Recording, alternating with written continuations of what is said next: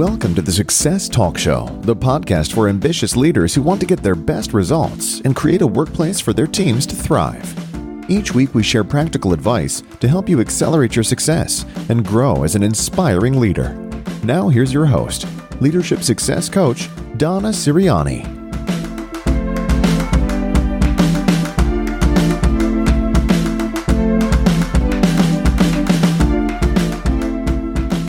Welcome to another episode of the Success Talk Show. This is Donna Siriani, Leadership Success Coach and founder of Success Compass Academy. Now, having a strong personal network is one of your greatest assets, both for your personal and your professional life. Now, your personal network really does represent the relationships you've formed and nurtured over a period of time. And you can tap into your network for so many reasons. The benefit of building a strong personal network is that you can reach out for help on really a wide variety of topics and people. It depends on, what your goals are.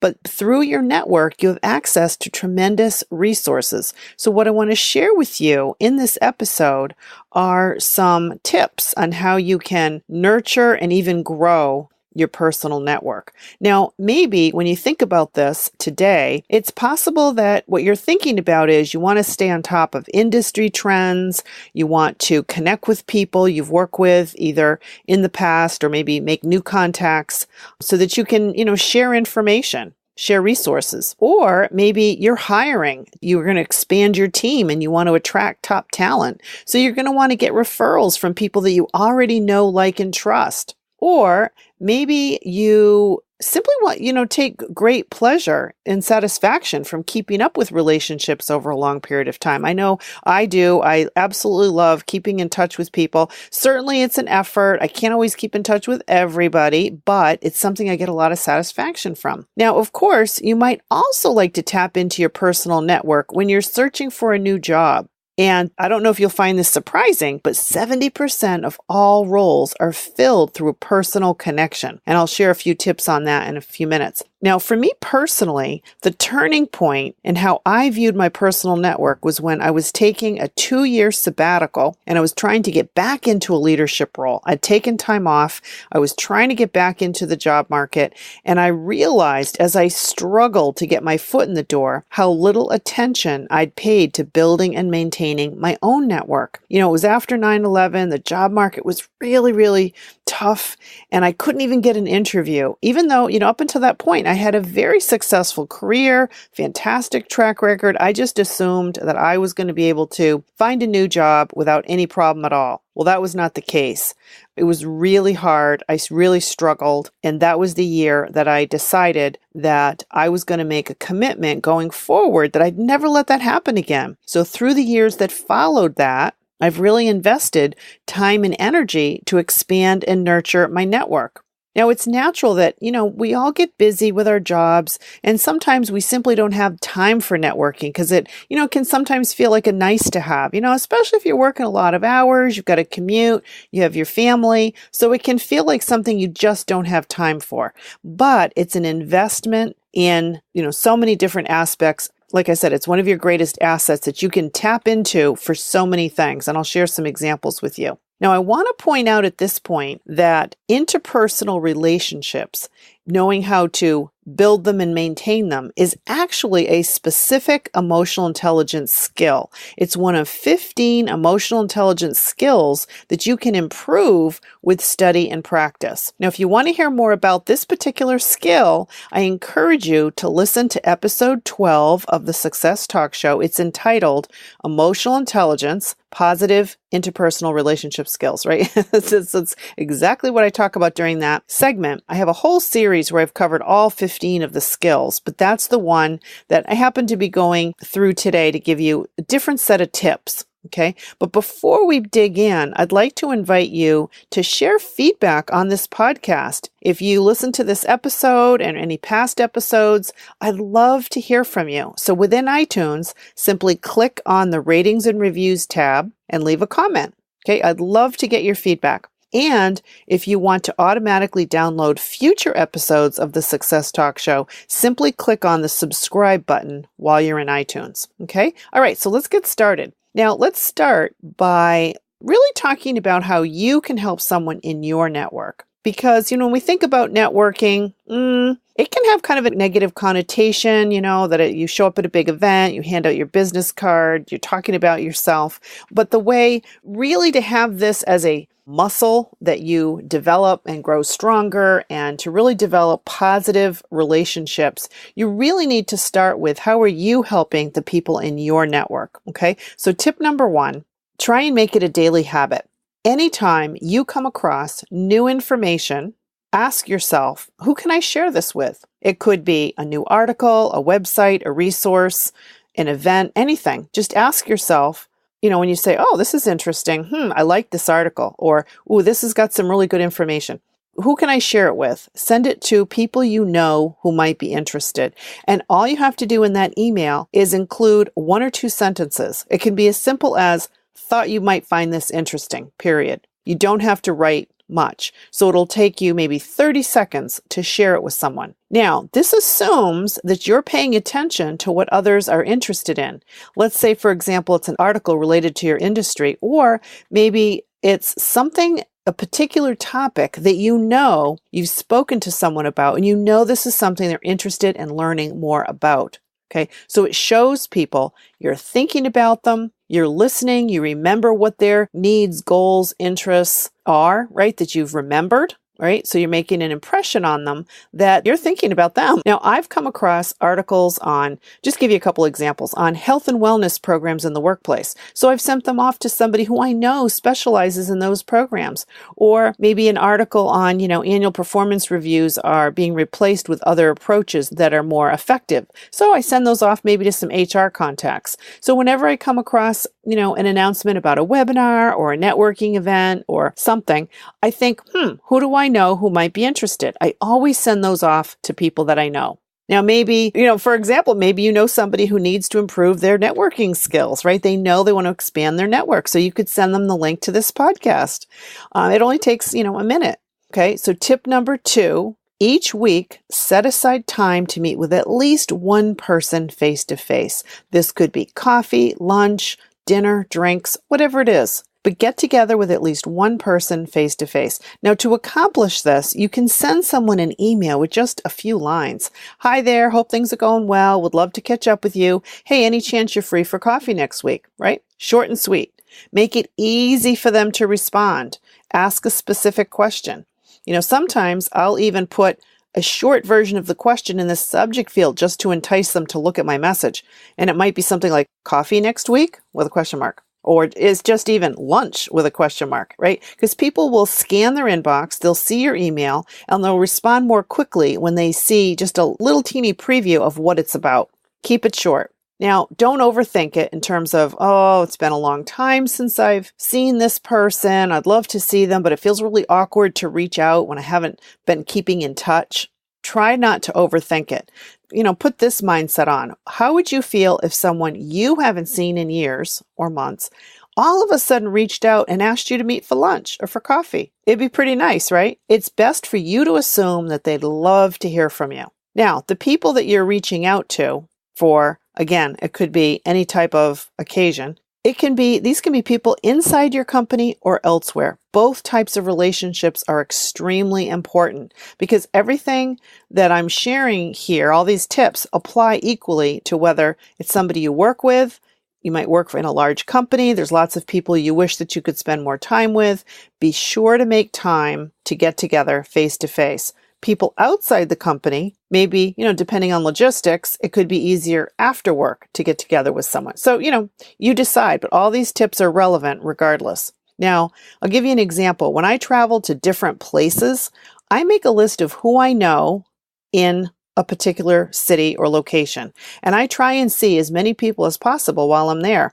If my schedule's really tight, I might even ask several people to meet for drinks as a group because they may not know each other, but it's a great way for them to make new contacts. So I've done this many times, and that can be a really effective way to manage your time. So you get to see, 4 or 5 people at one time, but you just didn't have the ability to travel around to, all the different, cities, neighborhoods that they may be coming from. So I've done that a lot. Now, when I'm working with one of my private coaching clients and they're looking for a new job, I ask them to set a specific goal for how many people they can meet with in person each week. It's a huge difference between meeting with somebody face to face or having a phone call or sending an email. When you're meeting with somebody face to face, you're really having the quality time to catch up, find out what they're up to, but also to convey what you're looking for, help that you might be wanting to ask them for, whether it's an introduction, are there any opportunities they know of, maybe getting some advice from them, okay? So face-to-face is of huge importance. Now, I'm just going to tell you, for me personally, my last 2 jobs, which were with great companies, all came about because I was having lunch with a former colleague. 2 different situations, maybe about 8-9 years apart. But anyway, I was catching up with someone and I wasn't having lunch with them specifically because I thought they would know someone, but in both cases, it turned out they knew about ideal roles for me. Both turned out to be game changers. And these 2 individuals would have been the last people that I would have assumed would lead me to these fantastic roles. But I had read a book quite a long time ago that encouraged you to never assume who your contact might know. Don't make assumptions. And this was certainly true for me. In both cases, as I'm having lunch with these 2 different people, they said, hey, I happen to know somebody who's hiring and it might, how does this sound to you? This might be a good role for you. And in both cases, I actually ended up interviewing and getting the roles. So I can't emphasize enough how important it is. If I hadn't been meeting with them face to face, we never would have made that connection. We never would have connected the dots between what I was looking for and somebody they knew. It had to happen in that way. So this story really amplifies how true it is that 70% of all roles are filled through a personal connection. Now, it doesn't mean that that person got you the job. It's just that they know of something. They know of an opening. They've heard somebody's hiring and they've introduced you to somebody who then helped you with, all right, what's the opportunity? How do I apply? Okay. Now, I've had clients who've said, I'm going to send an email describing what I've been doing and what I'm looking for. What do you think of that? And I got to tell you, I am not a fan of this approach. Think of how much email you get every day. You may read it quickly, but it can be overwhelming to get such a detailed message. So you may not absorb much of it. And you certainly aren't going to, when you get an email like that, maybe not able to make the kind of connection that I was just describing in my story. So the best strategy is face to face, especially when you're looking for a new job. Now, tip number 3, set aside time for phone calls with people you want to touch base with. It's the next best thing to face because, I realize, there are people you may want to connect with. Logistically, you may not be able to, see them in person. That's okay. But when you have limited time each week, I'd like to see you prioritize with the face-to-face, and then phone calls are kind of filling in the gap. Now, it could even be a goal to just, schedule one phone call each week for 30 minutes with somebody you really want to stay in touch with. It doesn't have to be time consuming. Now, there are people that I've kept in touch with for years, but because we don't live in the same city anymore, it might be rare that I get to see them in person. So instead of losing touch altogether, we simply schedule time for a phone call. We may catch up over the weekend or at night on the phone. And even though we haven't seen each other in a long time, we still feel connected. Neither of us would hesitate to reach out for any reason, because just that simple act really keeps us in closer contact. And it could just be, what each of us is doing, with our current jobs, how's it going, what courses we're taking, books we're reading, right? So it's just a way, and this is all, in the spirit of professional networking. Now, the first 3 tips that I just mentioned, can become part of your weekly habits. There are things you can do in terms of managing your priorities. So if you want building relationships to be a muscle that you continue to strengthen, you do need to have it on your radar screen, on your list every week. Now, I actually want to mention, I also do this with past clients as well. I want to keep in touch with them, find out how they're doing. So I'll schedule a 30-minute call. And it's great for us to just have this quick chat because I want to know how things been going since we worked together. I might even reinforce some of the key points from the work that we did do together, just as a gentle reminder. And it's regardless of whether I did consulting or coaching, I like to check in with them. For me, I find it highly satisfying to maintain the long-term relationships. Now, in all cases, again, regardless of whether it's in person or on the phone, you want to make sure that you're actively listening to what's important to the other person. Begin with them in mind. Think about how you can help them. Maybe you can introduce them to someone in your network, or you have access to resources that will help them. Whatever it is, always be thinking, what can you do for them? Now, you also can share what you need help on, right? So you might say, oh, I'm working on this new project. It has to do with this type of technology, or it's in this type of a market, and it's sort of new to me. So if you know anyone who has expertise in the area, would love to get connected. Or if you come across any information on, XYZ, I'd love your, keep me in mind. So, certainly feel free to share with them what's important to you. What are your goals? What are you working on? How could they help you, right?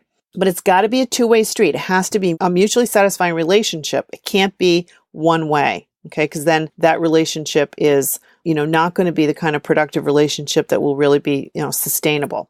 Now, personally, when I say that, I've got to say, I really find it irritating when someone reaches out to me to schedule a phone call. I go, oh, sure, and we schedule time, and then they talk for, maybe they're 30 minutes in and they haven't even taken a breath. It's like nonstop talking about themselves and what they're doing.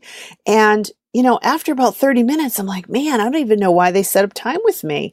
Why did they even reach out to me? And so, I have to start, stepping in and going, start asking some questions, because I'm wondering, why did they want to chat? So for you, and I certainly try to do this, I try and really be respectful of other people's time, make it a two-way street. Maybe if it's a 30-minute call, maybe, in your mind, you could, kind of time yourself to say, hey, let's, 15 minutes each, or, start off by asking them a lot of questions. What are you up to? What are you working on? How can I help you? Just make sure you're really respectful of the other person's time. Okay. So tip number 4 is actively expand your network every month. Think about your current or future goals. What types of people would you like to add to your network? When I say what types of people, that could be their knowledge, their skill set, the industry they're in. That's what I mean by types of people. What knowledge, skills, abilities, right, could you benefit from? So what are the industry events, associations, organizations, training courses, networking events? Where can you find this type of person that you want to get to know? Where do they hang out? Now, if you attend one event per month, you could significantly expand your network. Now, and even going beyond formal events, be on the lookout for creating new relationships almost everywhere you go. So I'm going to share a story with you about how this really rings true for me. If you think about your own goals, right, and how you want to expand your network, I'll give you a story of where this was an issue for me.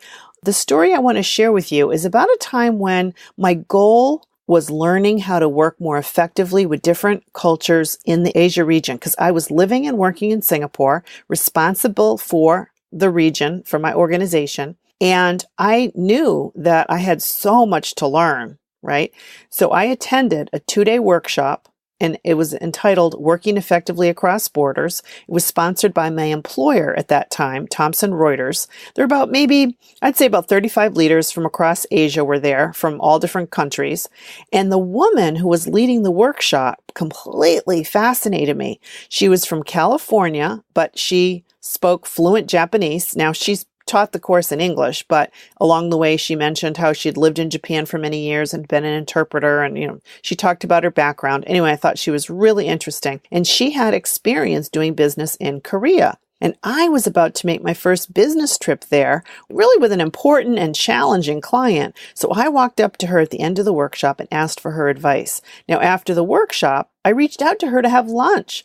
I found out that during lunch that she was going to be going to Manila in the Philippines. So I suggested a hotel where she could stay because it's where I was staying. Turned out we ended up going there the same time. So while we were both there in Manila, I took her to a pearl market. We had dinner together. Anyway, and she also had a condo in New York. So eventually I got transferred to New York. Anyway, fast forward a few years later, I was working for a different software company and we had an office in Russia. But it was clear that most of our senior leaders weren't versed in how to interact effectively with our Russian colleagues. So I hired her company to give us a briefing that was enormously helpful on Russian culture. Anyway, the reason why I'm telling you this story is because the story actually continues.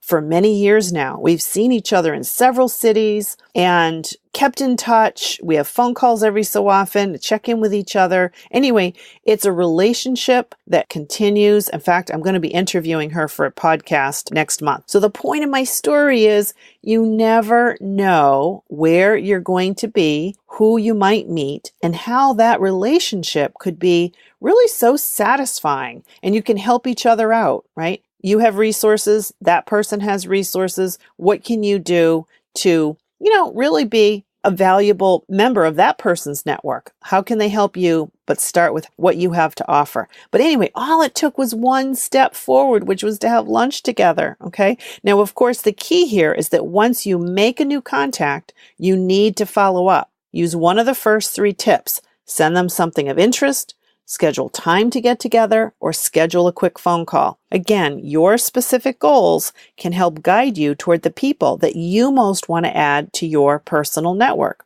Now, another quick story is a few years after that, when I started my own consulting and coaching business, I knew that I needed to learn how to start the business and find clients. I knew that this was an area that I had never, I really didn't have any experience in. So since I didn't know anyone who had done what I needed to do, I started attending events aimed at entrepreneurs. How to start your business, how to grow your business, how to find clients, how to attract clients. So from those events and those meetings, I now have so many lifetime associations and friendships, that were brand new, people I met at these meetings where we have common interests. We frequently get on the phone together and are seeing each other in different cities. So anyway, when you see that there's a gap in your network for the kind of people who share common interests and goals, ask yourself, where do they hang out? How can I meet them? Because I will tell you, my personal network that I now have in that entrepreneurial world is invaluable to me. We help each other out, right? Anyway, but you've got to get out and, go to some networking events and, go to the ones that really align with your personal and professional interests. Okay. So tip number 5 is to prepare in advance for any event that you're going to go to. And there are 2 things you can prepare in advance that will really help you get the most you can from the event. So the first step is, what is your goal in attending the event? Is there something you're hoping to learn? Right? What's your reason for going to it? What's your goal? When you meet someone new, that can be an icebreaker to ask them a question, right? That's related to your goal. So I'll give you an example. And I told the story about me going to a workshop with 35 leaders from across Asia. Now, at that time, the 2 cultures that I was really trying to learn some more about were, I had clients in China and Korea that I knew were very, very challenging, and that how we needed to do business with them would be quite different than some of the other countries that I had teams in 7 different countries. And I knew that these were new areas for us. So at the workshop, I asked other participants if they had had experience doing business in those 2 countries. Did they have any advice for me? So that can be an icebreaker. Oh, I see that you're located in Hong Kong. Oh, okay. I'm just curious if what advice do you have for me? So anyway, it's just once you have that topic you're interested in, you can ask other people. When you're tongue-tied, you can say, oh, hey, one of the reasons I came to this is I'm really curious about, and, is that something you've got, that you're familiar with? So anyway, you can use it as an icebreaker. Now, secondly, think about how you'll introduce yourself. What do you want them to know about you or remember about you? Is there something you're interested in discussing or sharing with them? And again, if you think about it in advance, it can be a fantastic icebreaker. Now, one of the things I help my clients with is their personal brand. When you introduce yourself, what do you want to say so that you're making that impression, but also you're planting the seed with that person, how you want to be remembered. And if you're curious about that program, you can go to my website, that's myownsuccesscompass.com, and read more about the program. But how you introduce yourself, you certainly want it to feel natural, but think ahead of time of what you want to say. Okay. And it could just simply be a couple of sentences and then quickly focus on them. What brought you to this event? Have you been to it before? What are you interested in? Just again, a quick icebreaker, but you want to really find out as much as you can about them before you start talking about yourself, right? That's just a good rule of thumb. Okay. So those are the 5 tips to nurture your current personal network and expand your network. And hopefully these 5 tips have been helpful for you. I will tell you that the coaching clients that I work with privately, this will always come up if let's say they're trying to position themselves for a promotion or a new opportunity in their organization, or maybe they are going through a job search. We will always spend quite a bit of time on networking so don't feel badly if you're thinking, well, I don't have a very big network, or I really haven't kept in touch with people, so I feel kind of funny reaching out. And that is why it is so much easier to just start now, reaching out and trying to keep in touch with those people who, former colleagues, people that you know in your industry. It's just easier to pick up momentum and keep it going and use it as a habit instead of just a one-time when you're doing your job search. But start where you are. You can start today with the people that you already know, and just even making it a habit of spending even an hour a week on it, you can really make a big, big difference. Okay. So anyway, hopefully you found this episode helpful, and naturally, I hope I've inspired you to start making networking and working on your relationships a regular habit. As you advance your career, emotional intelligence becomes an even greater key to your success. It's more important the higher up you go. So if you're aspiring to be an even more senior leader, you absolutely need to fine-tune and improve or increase your emotional intelligence skills. Now, building strong interpersonal relationships is one of those key skills. Anyway, be sure to click on the iTunes tab, ratings and reviews, to leave a comment. I'd really appreciate your feedback. And to automatically download future episodes of the Success Talk Show, be sure to click on the subscribe button while you're in iTunes. Anyway, thank you for listening and have a great day.